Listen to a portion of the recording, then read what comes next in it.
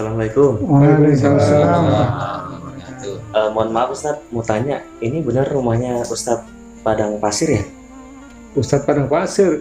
Nggak ada Ustadz Padang Pasir di sini. Ini Ustadz, maaf, ini yang di channel Ababul Farod ini. Oh yang ini, kalau ini saya tahu, tapi namanya bukan Ustadz Padang Pasir, namanya Ustadz Nur Halim. Oh, kalau beliau ini di Mekah julukannya Ustadz Padang Pasir. Oh kok bisa? Gimana ceritanya? Oh, ceritanya panjang Ustadz.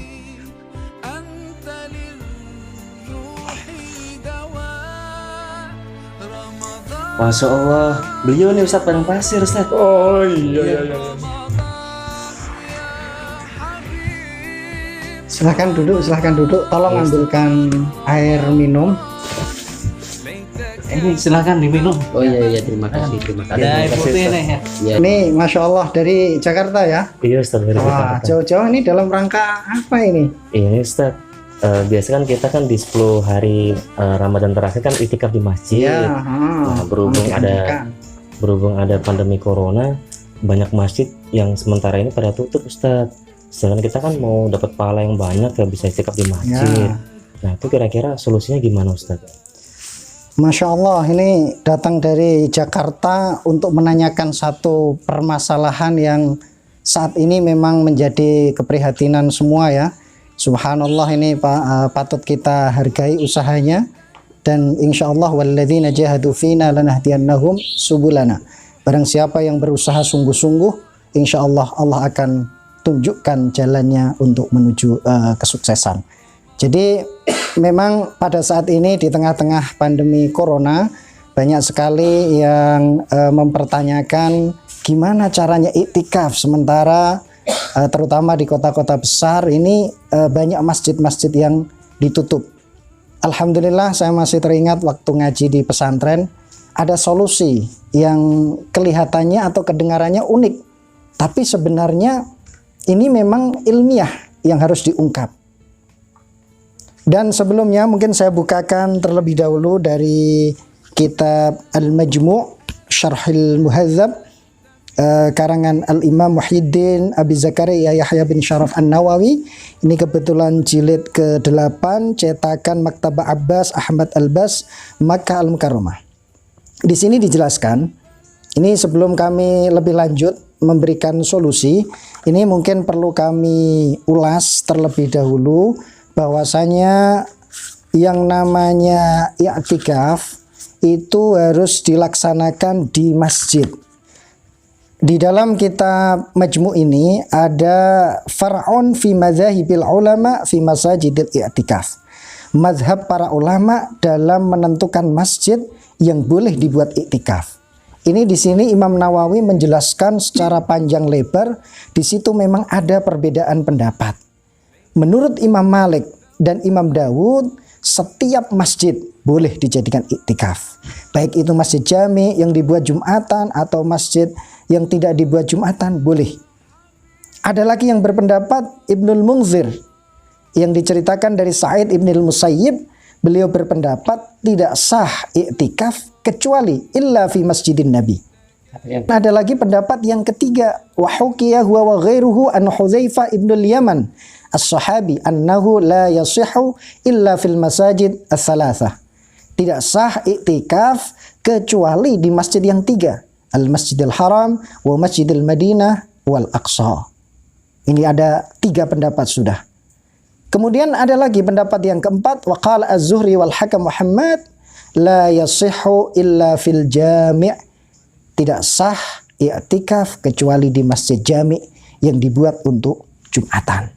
Ini sudah berapa? 4. Kemudian waqala Abu Hanifah wa Ahmad wa Ishaq wa Abu Thawr yasihhu fi kulli masjidin yusalla fi as-salawat wa tuqamu fihi al-jamaah. Boleh di setiap masjid menurut Abu Hanifah, Imam Ahmad, ini boleh di semua masjid, yang penting masjid itu dipakai untuk jamaah sehari-hari. Sementara menurut ashab Syafi'iyah menggunakan dalil wala tubashiruhunna wa antum aakifuna fil masajid. Tidak boleh kalian menggauli istri-istri sementara kalian dalam keadaan beriktikaf fil masajid. Ini disyaratkan i'tikaf itu harus di masjid. Wa idza tsabata jawazu fil masajid sahha fi kulli masjidin. Kalau disebutkan masjid secara umum, maka boleh berarti i'tikaf di semua masjid. Wala yuqbalu takhsisu man khassahu bi ba'diha illa bidalilin. Kalau ada pendapat yang mengkhususkan harus mendatangkan dalil. Sementara lafalnya adalah umum. Dan wala yasihhu fit takhsis syai'un sharihun. Tidak ada sesuatu yang sharih yang mentakhsis harus masjid tertentu. Kesimpulannya, menurut ashabus Syafi'iyah bahwasanya i'tikaf boleh di masjid manapun. Oke, sampai sini paham? Nah, ini Mas Hendri, sekarang solusinya saya bukakan di kitab Hawashi Asy-Syarwani wa Ibnu Qasim Al-Abadi. Di kitab ini yaitu di juz berapa ini? Juz 3 halaman 554 percetakan Muassasah At-Tarikh Al-Arabi. Ini di sini ada penjelasan bahwasanya kita bisa mewakafkan sajadah bisa menjadi masjid. Baru dengar kan ya? Tapi ini subhanallah, ini kebenaran ilmiah yang harus diungkap. Dan insya Allah ini sangat bermanfaat terutama di saat-saat ada pandemi corona ini. Nah, ini disebutkan di sini. Wal qiyas ala tasmiril khashab annahu law sammara as-sajjadah sahha waqfuha masjidan. Kalau sajadah itu sebenarnya tidak boleh diwakafkan langsung menjadi masjid. Karena sajadah dianggap mangkul, sesuatu yang dipindah-pindah. Tapi jika sajadah itu dipaku, ditetapkan di atas bumi atau di atas tanah, kemudian setelah itu diwakafkan menjadi masjid, maka itu boleh menjadi masjid.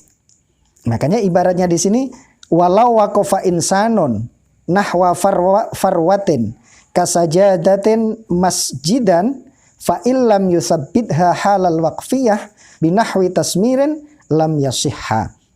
Jika ada orang mewakafkan sajadah dijadikan masjid tanpa dipaku, tanpa ditetapkan di atas bumi, ini tidak sah. Tidak sah. Tapi wa in asbataha, jika ditetapkan sajadah itu di atas bumi halal waqfiyah ketika pewakafan bidzalika sahha. Sah. Wa in uzilat ba'da dzalika, walaupun nanti dicabut lagi setelah itu. Li'annal waqfiyah idza sabatat la tazul. Karena sifat wakaf itu kalau sudah tetap tidak akan hilang. Ini bisa kita jadikan solusi. Memang ada perbedaan pendapat ulama. Ketika sudah diwakafkan menjadi masjid, status sajadah otomatis menjadi masjid. Yang diperdebatkan ulama ketika dicabut lagi. Kalau menurut Imam Suyuti, beliau mengatakan ketika dicabut ya sudah hilang status wakafnya. Tapi menurut Ba'dul Mutaakhirin, mereka menjelaskan bahwasanya walaupun sudah dicabut, tetap sajadah itu berstatus menjadi masjid. Dan ini boleh untuk iktikaf. Dan semua hukum masjid berlaku pada sajadah tersebut. Wa yahrumu 'alal junubi al-muksu. Jadi kalau sudah menjadi masjid, ini bagi orang yang junub, bagi orang yang haid, tidak boleh duduk di atas sajadah itu. Sementara yang mau iktikaf boleh karena itu statusnya sudah menjadi masjid. Ini disamakan dengan pendapat yang mengatakan bisihhatin liwuqufin ala hajarin mangqulin min Arafat ila kharijiha. Sama kasusnya ketika ada orang yang wukuf di tanah Arafah, di padang Arafah, kemudian membawa batu Arafah itu keluar dari batas Arafah. Kemudian wukuf di atas batu itu, menurut pendapat ulama, sebagian ulama itu diperbolehkan. Wukufnya sah. Nah, ini disamakan dengan kasus tadi. Walaupun sajadahnya sudah dicabut, tetap status sajadah menjadi masjid tetap melekat. Nah, ini yang akan kita jadikan solusi. Coba kita buka lagi kitab yang lain biar mantap. Di kitab Hasyiatul Jamal ala Syarhil Manhaj, juz 5, cetakan Maktabah Abbas Ahmad Al-Bas Makkah Al-Mukarramah. Ini juga dijelaskan penjelasan yang sama. Malau waqafal mangkula masjidan fala yasih. Kalau masih statusnya sajadah yang bisa dipindah ke sana kemari, diwakafkan tidak sah. Malam yutsabbithu fil ardi, selagi tidak ditetapkan di bumi binahwi tasmirin, dengan cara dipaku seperti tadi. Nah, di sini juga dijelaskan wala yadurru naqluhu ba'da dzalik. Kalau sudah statusnya menjadi wakaf, mau dibawa kemana tidak masalah, tetap statusnya menjadi masjid. Yang otomatis, sekali lagi saya ulangi, di situ hukum-hukum masjid berlaku. Boleh iktikaf di atasnya, bagi orang yang junub atau haid tidak boleh duduk di atasnya. Wala yahrumu alaihi hamluhu, tapi kalau membawa sajadah boleh. Nah, ini penjelasan ini juga ada juga di kitab Hasyiah At-Tarmasi. Nah, ini yang dikarang oleh Syekh Muhammad Mahfud bin Abdullah At-Tarmasi, jilid 5 cetakan Darul Minhaj. Ini penjelasan yang sama juga ada, yaitu di halaman Kitabul I'tikaf halaman 834. Ini di sini juga dijelaskan wal qiyas ala tasmiril khashab annahu law sammara as-sajjadah sahha waqfuha masjidan wa huwa zahir wa yajri 'alaiha ahkamul masajid. Itu berarti diwakafkan untuk masjid atau menjadi masjid. Ini nanti dalam prakteknya itu harus kita niati wakaf sajadah menjadi masjid. Bukan untuk masjid. Kalau untuk masjid ya diberikan untuk kemaslahatan masjid, untuk digelar di masjid. Tapi ini menjadikan sajadah sebagai masjid. Yang memakai boleh, tidak hanya yang mengikrarkan saja. Kalau statusnya sudah menjadi masjid, otomatis hukum masjid berlaku seperti tadi. Kemudian kalau sudah masjid tidak boleh diwariskan, tidak boleh diberikan kepada orang lain, karena yang namanya wakaf itu adalah milkun lillah, menjadi miliknya Allah. Kalaupun ahli warisnya merawat boleh, karena meneruskan statusnya sebagai masjid sampai sajadah itu rusak. Tidak boleh diberikan, tidak boleh dijual. Itu karena statusnya sudah menjadi milik Allah. Oke, kita praktekkan.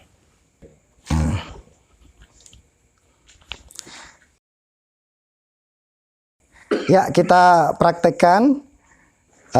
Sajadahnya digelar dulu, dan ini harus ditetapkan dengan paku. Paling tidak 4 pojok harus kita paku, dan sampai benar-benar sajadah ini tidak bergerak. Kalau masih bergerak berarti belum subut atau belum tetap. Ini diperhatikan.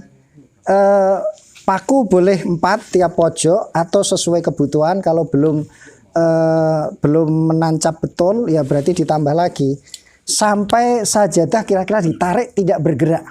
Nah, ini ditarik-tarik tidak bergerak, sekuat tenaga pun tidak bergerak.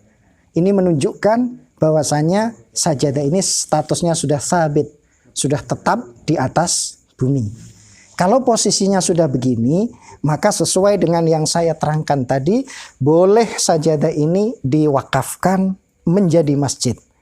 Kalau dalam bahasa Arabnya bisa kita lafalkan, kita ikrarkan, waqaftu hadhihi sajadah masjidan lillahi ta'ala. Saya wakafkan sajadah ini menjadi masjid karena Allah Ta'ala. Atau kalau dalam bahasa Indonesianya cukup kita ikrarkan sama-sama, saya mewakafkan sajadah ini menjadi masjid. Setelah itu maka paku kita ambil kembali. Dan setelah diambil kembali, menurut pendapat mutaakhirin para ulama, status kemasjidannya masih tetap ada. Oke, sekarang kita ambil pakunya. Oke. Harus kita ambil satu persatu kembali.